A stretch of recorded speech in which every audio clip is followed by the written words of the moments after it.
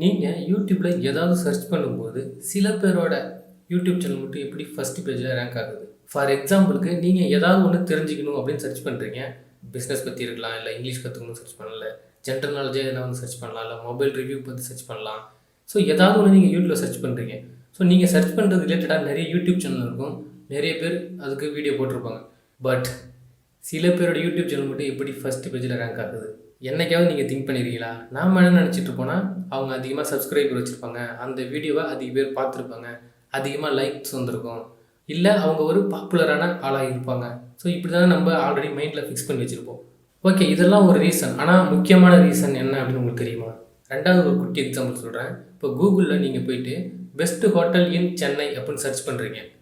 அப்படி சர்ச் பண்ணும்போது நிறைய ஹோட்டல் சென்னையில் இருக்கும். ஆனால் சில ஹோட்டல் மட்டும் நீங்கள் சர்ச் பண்ணும்போது ஏன் கூகுளோட ஃபர்ஸ்ட் பேஜில் ரேங்க் ஆகுது? என்னைக்காவது திங்க் பண்ணியிருக்கீங்களா? ஸோ இது எல்லாத்துக்கும் ஒரே காரணம் தான் SEO.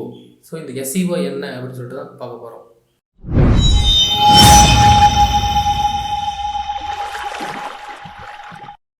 SEO அப்படின்னா சர்ச் இன்ஜின் ஆப்டிமைசேஷன். அந்த வேர்டில் இருக்கு பாருங்க, சர்ச் இன்ஜின் ஆப்டிமைசேஷன். சர்ச் இன்ஜினில் நம்மளோட பிஸ்னஸ்க்கான website, blogs, social media channels like YouTube, so இது எல்லாமே ஆப்டிமைஸ் பண்ணி கொடுக்கறதுக்காக யூஸ் பண்ணுற ஒரு மிகப்பெரிய வெப்பன் தான் இந்த SEO.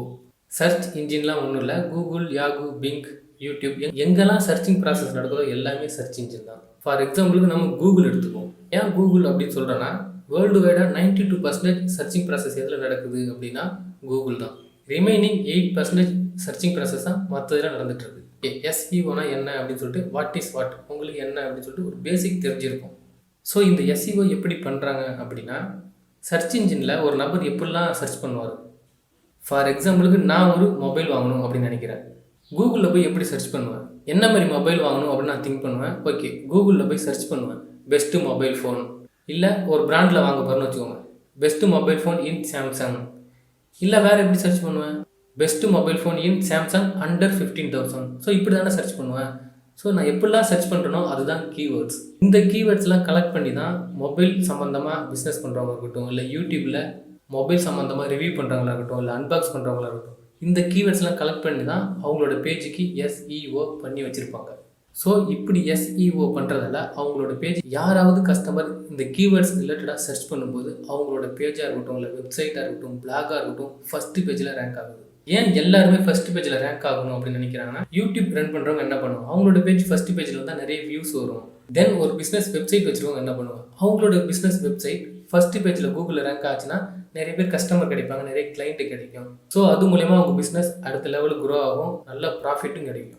ஓகே, உங்களுக்கு SEOனா என்னன்னு சொல்லிட்டு ஒரு பேசிக் தெரிஞ்சிருக்கும். ஒரு பர்ஃபெக்டான SEO ரெடி பண்ணுறதுக்கு முக்கியமாக என்ன யூஸ் ஆகுது அப்படின்னு பார்த்தீங்கன்னா கீவேர்ட்ஸ்னு சொல்லிட்டு உங்களுக்கு பேசிக் தெரிஞ்சிருக்கும். கீவேர்ட்ஸுங்கிறது ஒரு பெரிய டாபிக். இதை பற்றி நான் கம்மிங் டேஸில் ஒரு தனி வீடியோ போடுறேன். தென் ஒரு யூடியூப் சேனலாக இருக்கட்டும், இல்லை வெப்சைட்டாக இருக்கட்டும், பிளாகாக இருக்கட்டும், பிஸ்னஸ் சம்மந்தமான ஒரு பேஜாக இருக்கட்டும், எப்படி கீவேர்ட்ஸ்லாம் கலெக்ட் பண்ணி அதுக்கு ஒரு பர்ஃபெக்டான SEO ரெடி பண்ணுறதுன்னு சொல்லிட்டு ஒரு வீடியோ போடுறேன், மறக்காமல் பாருங்கள். அந்த வீடியோ பார்க்குறது மூலமாக நீங்கள் உங்களோட யூடியூப் சேனல்லையும் ஃபஸ்ட்டு பேஜில் வர வைக்க முடியும். இல்லை உங்கள் பிஸ்னஸ் சம்மந்தமான வெப்சைட், பிளாக் எது வேணாலும் ஒரு பேஜ் அதையும் ஃபஸ்ட்டு பேஜில் ரேங்க் பண்ண வைக்க முடியும்.